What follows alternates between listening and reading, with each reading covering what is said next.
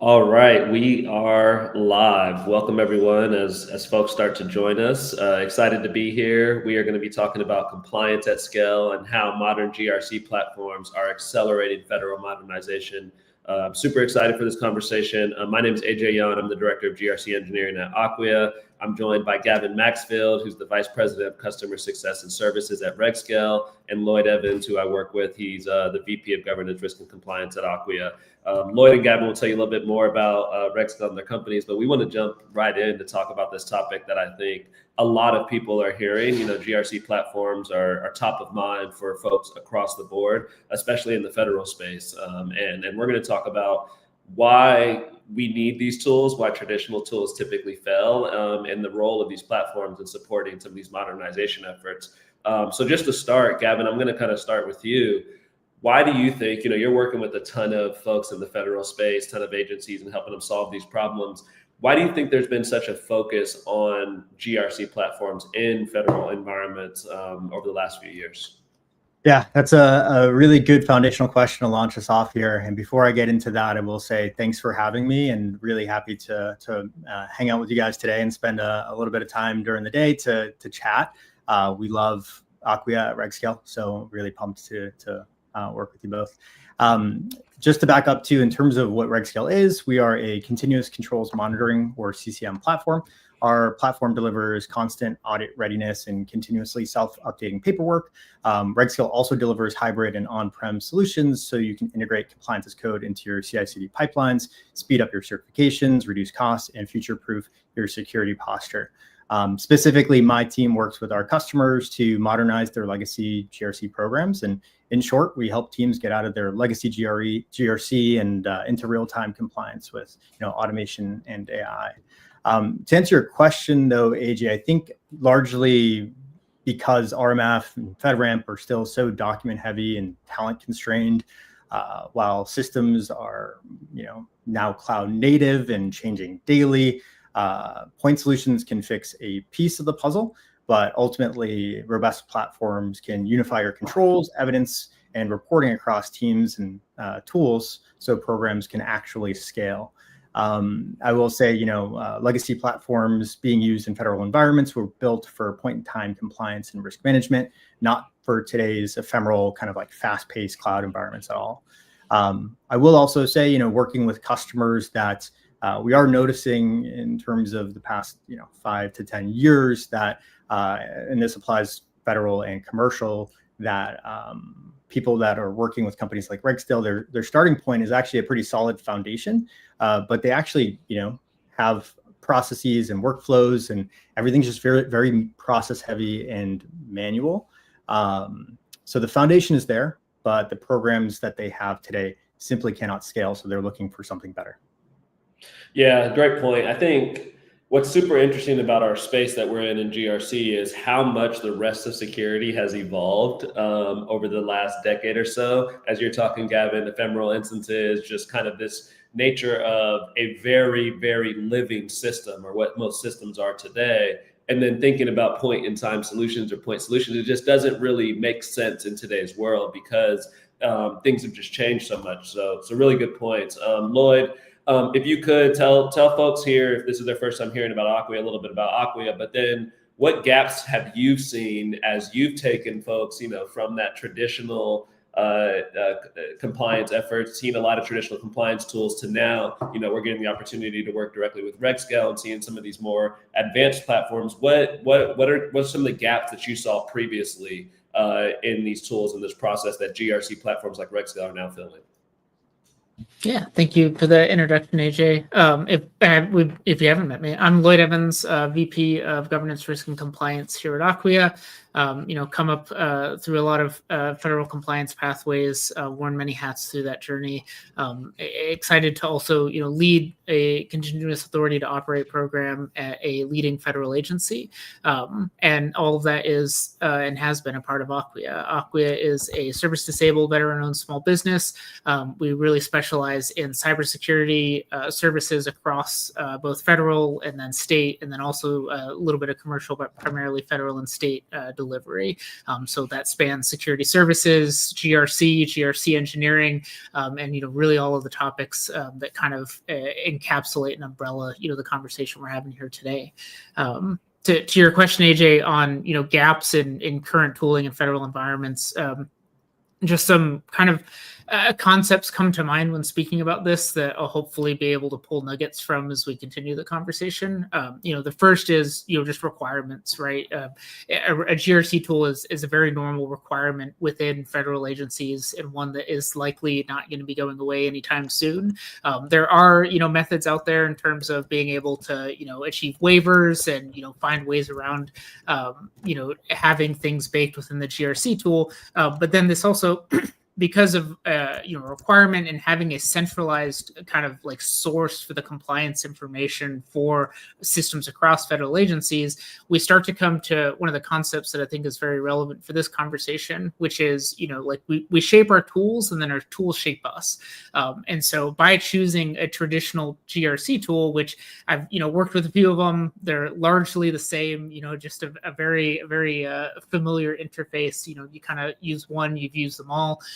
And really the patterns of behavior that they shape from a compliance standpoint really promote, filling out the individual boxes within that GRC tool. And what I've started to see across federal agencies is then, activity starts to, be geared more towards, have you filled this box out? Was this box filled out within the year? Have you updated this box according to your yearly ConMon, timeframes, which, kind of leads to an interpretation of even continuous monitoring that is more of a, have you checked these boxes in accordance with the regulations set forth, rather than have you continually assessed, monitored the risk posture of your system status. And as we start to look towards constraints in terms of how we deliver systems across federal agencies and how we centralize that data, protect that data within GRC tools, I think as we've matured our DevOps and kind of GRC engineering practices, things really start to coalesce around the GRC tool. And when you have a tool that's promoting traditional manual processes, or it can only import and export an Excel sheet, you start to run into some very limiting constraints that expand towards an entire agency level. And I think modern GRC platforms like RegScale here have really started to see that need, fill that need, and really enabled systems and federal agencies to kind of take that next step in terms of getting your actual security engineering and your security data as a part of your systems in line with your compliance posture.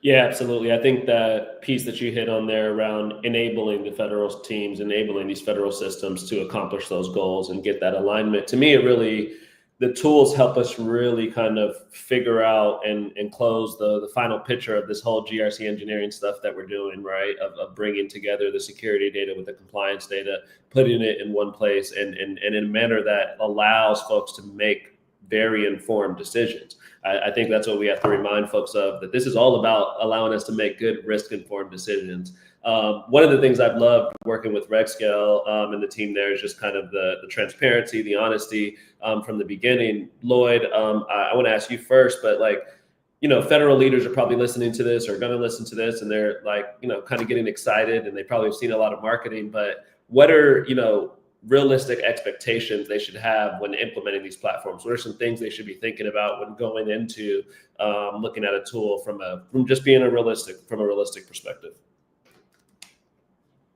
I think the major one is the learning curve for all of the stakeholders involved that touch a GRC tool. So you have different personas like your ISOs or ISMs or information system security officers and managers in a federal context that are, charged with ensuring that the data for their systems is, integrated appropriately in a modern GRC's tool stance. In a traditional tool stance, it's making sure that everything's filled out appropriately, your SSP's up to date. A lot of these things are fulfilled in a modern GRC tool, just a little bit more with a technical lens, a little bit more integrations. From an assessor standpoint, going into your GRC tool and having your assessment portions, a lot of those activities change from a traditional manual assessment kind of paradigm to one that is more data driven around the outputs from your pipeline, outputs from your infrastructure scanning, even runtime scanning. A lot of those start to look more like security engineering practices rather than a traditional assessment piece. And then also stakeholders in terms of getting people at the organizational level, getting your contracts situation in a appropriate way to be able to enable a lot of these modernization practices. I think because there are so many touch points with integrating a new GRC tool, there's just a lot of things to be mindful of, a lot of details that are needed to get right, and then a lot of users to make sure that you're both listening to, but then also being empathetic where, they may have like, hey, this new process is very unfamiliar to me. There's an educational component to bring them along for the journey and not make them feel left out as well. Yeah, absolutely. There's always that dynamic of the executives that go through the sales process and then the people that are actually using the tool. And sometimes the shock of like, what do you mean I got a new tool? I didn't even know this. You're like, how did you not know? So yeah, that communication, that empathy is huge. Gavin, let's get into some details here. I'd love to chat with you just about, we can keep it super generic here, just about a recent customer that you've worked with. Let's kind of pull on a couple of those threads that Lloyd just talked about. What were some initial challenges that kind of and you've encountered with the recent customer? Maybe not challenges, but what were some of the requirements that surfaced early on in the conversation that you knew that this was going to be important for you all to meet to get them to their end outcome? Yeah, no, that's a good one, and I do want to foot stomp one of Lloyd's earlier comments, and I wrote it down. We took 7 minutes before we started talking about checkboxes, so I can appreciate that. And, I think one of the biggest things there is, point solutions have historically tended to check boxes, and our integrated platforms connect the whole system, controls, evidence, and documentation. So in terms of the previous question too on federal leaders, it's a capability shift, not just a flip of a switch. I will also underline the fact that a platform won't solve compliance by itself, right? So there's an expectation that a federal leader should have to expect a redesign for a few workflows and how they do business, so that we're actually up-leveling when we're working with you from your current state and taking you to a better outcome and a better desired future state.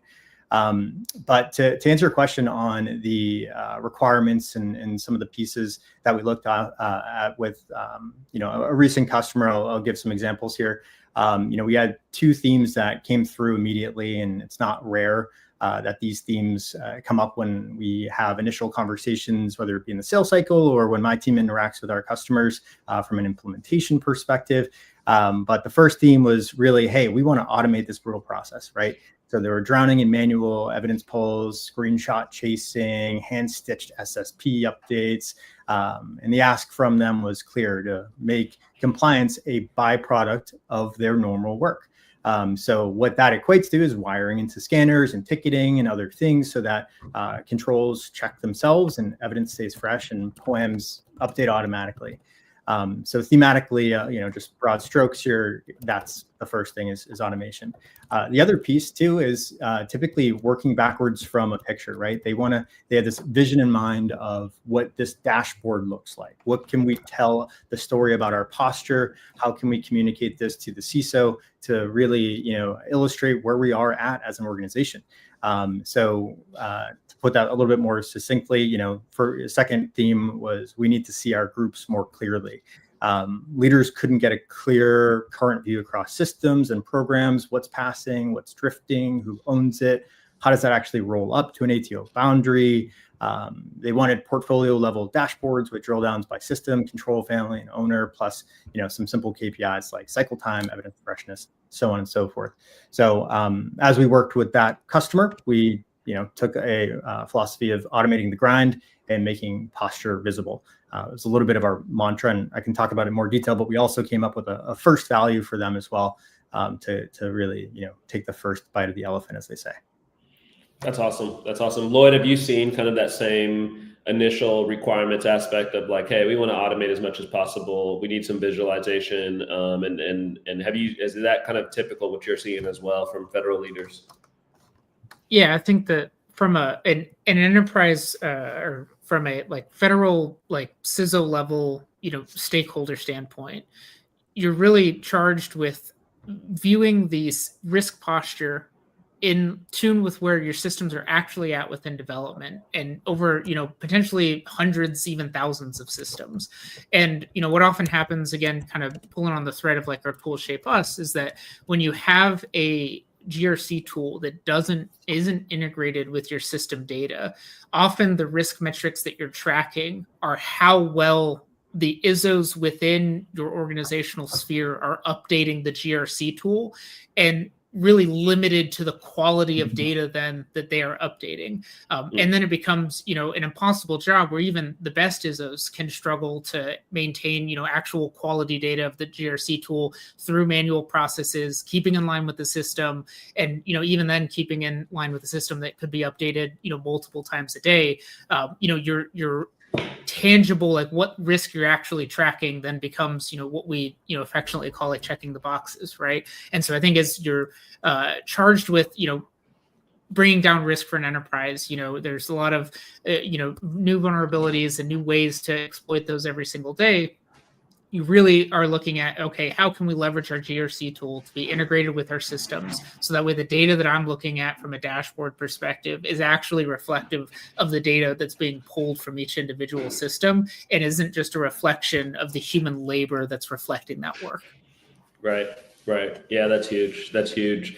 Gavin, any lessons stand out for others with this recent customer that, that you mentioned that it's kind of, some of these things are part of your mantra. So I imagine you've taken some lessons and you've all have built them into future implementations. But yeah, what lessons kind of stand out to you from that experience?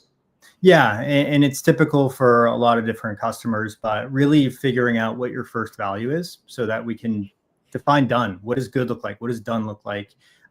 Does that mean in this case, this customer wanted to just focus on one ATO first, and then we quickly moved to 80.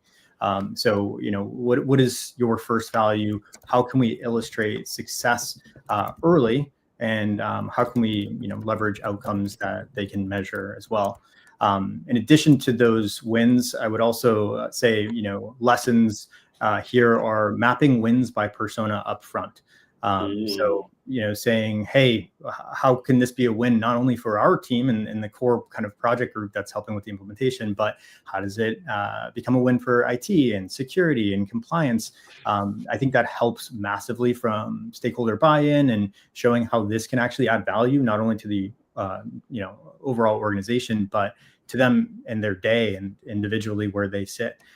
So I'd say that's a huge lesson here. I would also say, there's a ton of others, but keeping work in existing tools, bringing, things to where they live, meeting where your data is, where it's at, right? Versus the other way around. I think, there's a lot of friction with any type of modernization effort across technology or any transformation effort in general.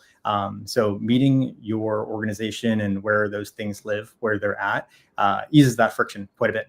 And so I think that, this is a huge lesson that, we further learned and it was further illustrated through our efforts with this customer.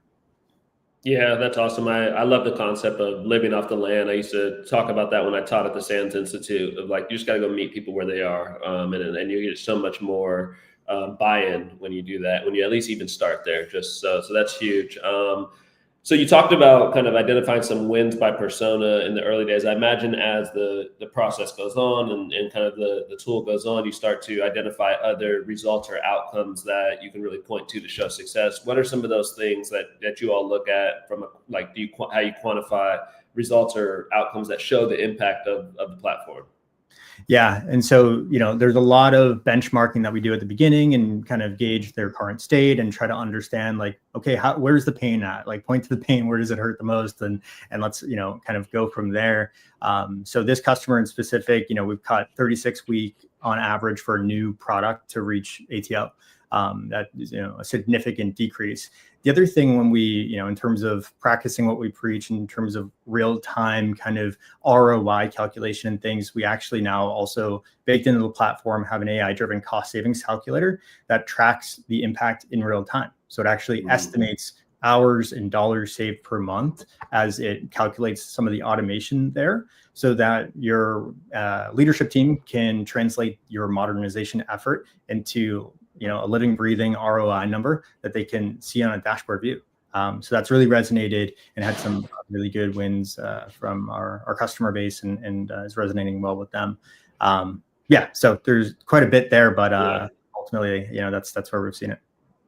That's awesome. Yeah, we got some good comments in here around from some CS folks who are resonating with your first value statement there, Gavin, as well, and folks Katie's talking about how change is hard, so it's good to meet people where they are.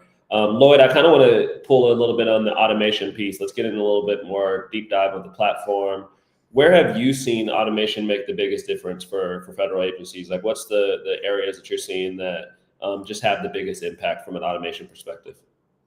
Yeah, I think the easiest one is automating the assessment process, and I want to be very clear that that's not automating, how like the entirety of how assessments are done, and I think that's a key point. And so, one of the key successes that we've been able to do is take the like NIST 853 requirements that federal agencies are beholden to, tie each of those requirements to automated checks, especially those, for cloud-based systems pulling on data from the security services within those cloud-based systems, and then being able to present that data through the lens of NIST 853 to, ISOs, ISMs, assessors, and kind of automate the data extraction portion of an assessment for systems. Now, one of the friction points that you'll be able to run into, because an automated assessment like that can be built outside of a GRC tool, but eventually you have to have the data within a GRC tool. And so if you are building an automated assessment and you have a traditional GRC tool,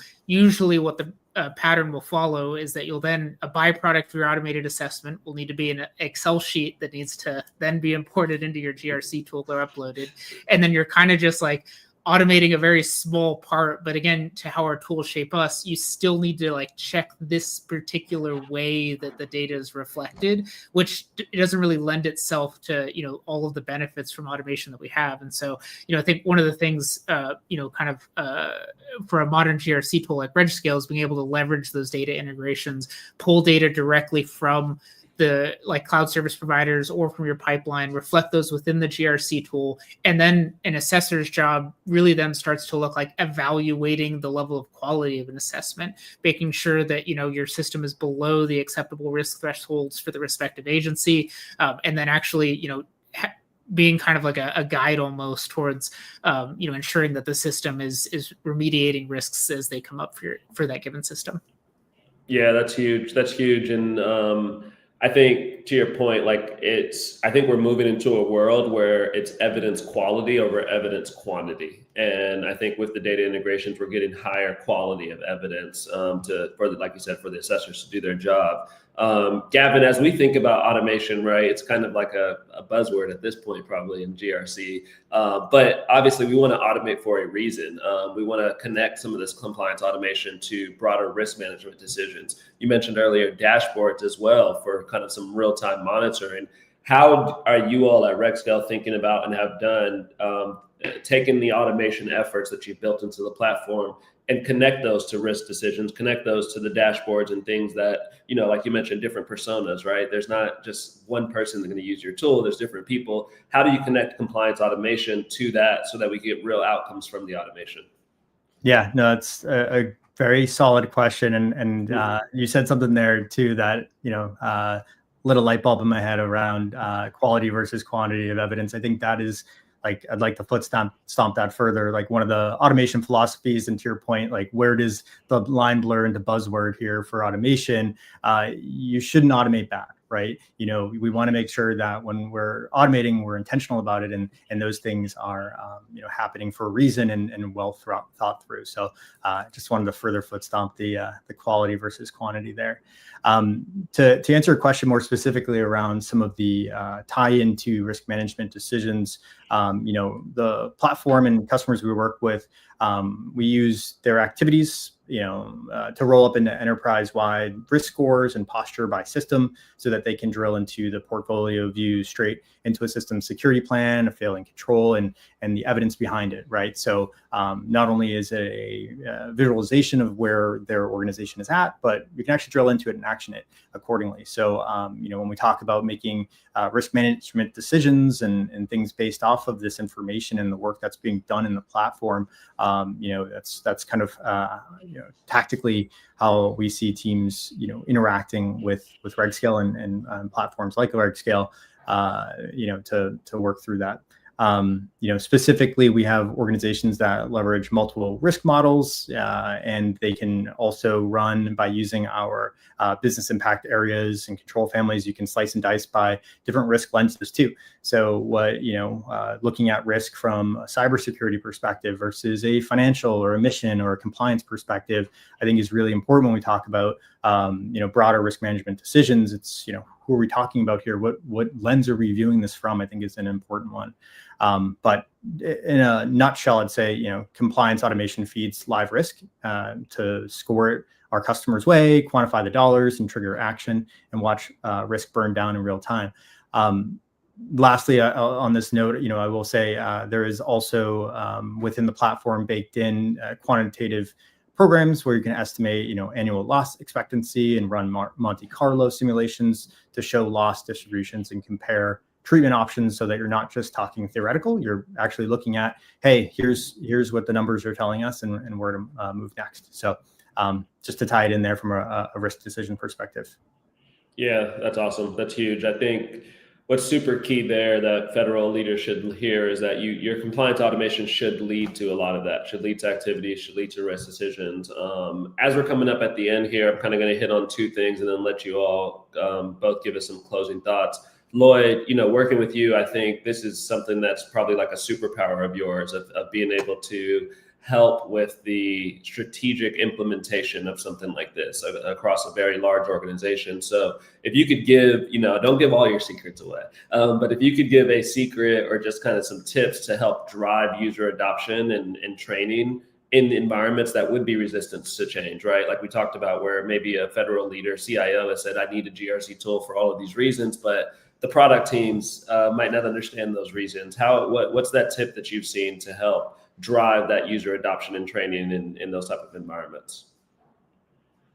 Yeah, I think if there is a secret to be spoken of here, it's the recognition that human behavior, especially human behavior at the scale of an agency, really changes through a combination of both like interpersonal interaction, but then also incentives. And so, there's a story that I tell from time to time of, I was working with an ISO in a federal agency.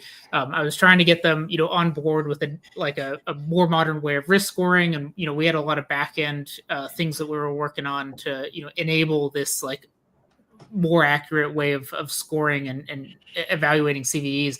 And from the educational and interpersonal standpoint, I basically was like, I got them all the way to the standpoint that they were like, hey, look, I agree with everything you're saying. Everything you're saying is right. I see that this is the pathway of the future.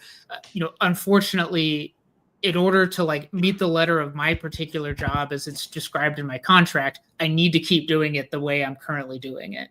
And so from a top down, a CISO executive leader within any federal agency, there needs to be an understanding that in order to, truly drive behavior, you need to have the incentives change as well. Where, if you're rolling out a different tool set that's, has a lot of automation underpinned in it, that's the second half to be able to actually get behavior to change within your organization to reflect the new tooling that's in place and the new processes that it enables. When you have both, you have kind of, the automated processes in place, better, more modernized tooling. You can combine that with the educational and interpersonal aspects to be able to upskill assessors or upskill ISOs and ISMs. And then you have kind of that perfect blend to be able to change behavior within your organization. Likewise, if you just roll out the tooling and you have none of the training and none of the interpersonal aspects, you're going to have a whole lot of pain points to go down that road. And so I think if there's a secret, it's just being able to blend those two things and also recognize the requirement for both of those as well for whatever program you're rolling out within your agency. Yeah, it's huge, man. Huge. The human element is so important. This has been awesome. This has been great. I think we probably could have kept going for another 30 minutes, but as we wrap up, I kind of want to, obviously there's a lot going on with AI, with kind of the future of AI, a lot of AI governance stuff coming up. And then a lot of energy around federal compliance, innovation, and modernization. We see it with FedRAMP 20X and some of these other things where there's more energy around innovating in this space. For both of you, I did just kind of, if you're looking ahead, or if you were advising a federal leader of kind of what to think about moving forward as it respects to GRC platforms, automation, and as kind of the title of today's conversation is how to leverage these to accelerate federal modernization. What's a piece of advice you can have for folks kind of looking out over the next 3 to 5 years? Gavin, I'll start with you, and then Lloyd, to you. Yeah, I'll make it quick since we're at time, but definitely meeting people where they're at. I think, we talked about it thematically through our conversation today. And I think it has a lot of definitions for what that actually means. There's a technical application, but also a personal and people application, right? So, as you do look across the landscape and different vendors and different opportunities and different projects that you're going to be taking on for modernization, meeting people where they're at. I think there's a huge opportunity to make people's lives better in terms of their day jobs, and also as a byproduct of that, and improving their security posture and all the good stuff that comes along with it. So meeting people where they're at is where I'd land there, and I'll pass it to you, Lloyd. I don't think I could say anything, better on meeting people where they're at. So I'll kind of take the technical approach of, I think just a lot of trends within modernization efforts are really focused towards data. Whether it's reducing risk at an enterprise level and the data source that it requires to be able to perform those actions, or, rolling out, AI and getting into, some of the efforts around there and making sure the data quality underpinning whatever models that you have is a very high quality data set. The tools needed to be able to, consolidate high quality data from a compliance perspective within federal agencies, are those modern toolings. Again, if you have kind of a traditional GRC tool that can only really import and export data in terms of like just a simple database and then an Excel sheet, you're going to be, sorely lacking when you're trying to leverage some of these very modern tools that extract data when you don't quite have that in place. And I think, modern GRC tooling falls square in that shift that we'll see over the next 5 years. Yeah. Great stuff. Well, thank you, Gavin. Thank you, Lloyd, for being here. This has been awesome. I think one thing for folks to take away are that everything that we talked about today, we're living out and doing right now. This isn't, we aren't talking in kind of this future state world. We talk about these tools, when we talk about the challenges, we talk about the things that outcomes we've been able to deliver. We're doing it together as organizations, and also obviously separately with other customers as well. So if you're looking to implement a GRC platform, if you're going through some of these federal compliance efforts, feel free to reach out to Gavin, Lloyd, or myself. We'd love to chat and help you out. But thank you for being here. I put some links in the comments there throughout for you to check out some more materials on this, and we'll have another one of these here in the next few weeks. So thanks everyone for joining, and thank you, Gavin and Lloyd, again. Awesome. Thank you. Take care. Thanks, everybody.